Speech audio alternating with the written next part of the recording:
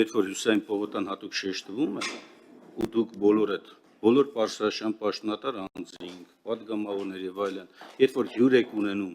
տանում եք Հյուսային պողոտա գեղեցկությունն եք ցույց տալիս Երևանի, դա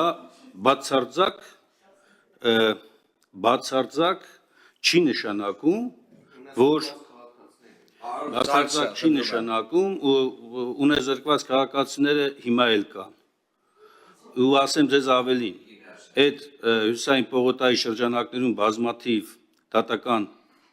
ակտերը, որ կայացվել են, եւ նաեւ մի մասն էլ, որ հիմա կայացվել է ու նաեւ ընթացքը չի գնացել, այսինքն կա չկառուցապատված չէ տեղեր, բազմաթիվ տեղեր կան չկառուցապատված, որ Տիկին Գալյանի բերած նախաձեռնության շրջանակներում ստացվում է, որ հետագայում այդպես չի լինելու։ Այսինքն սեփականության իրավունքը օտարվելու է, անկախ նրանից հետագայում դատարանը ինչ կորոշի, այնտեղ ինչ կկառուցվի, ներդրումային ինչ ծրագիր կիրականացվի, դա կապ չունի ձեր իրավունքների պաշտպանության հետ։ Ըստ էության պատասխանը սա էր, որ հետ այսու դա չի կասեցնելու ներդրումային ծրագիրը, դուք ուզում եք բողոքարկեք, գնացեք բողոքարկեք, բայց սեփականության իրավունքը անցնելու է անձին, ով որ իրականացնի այդ ծրագիրը,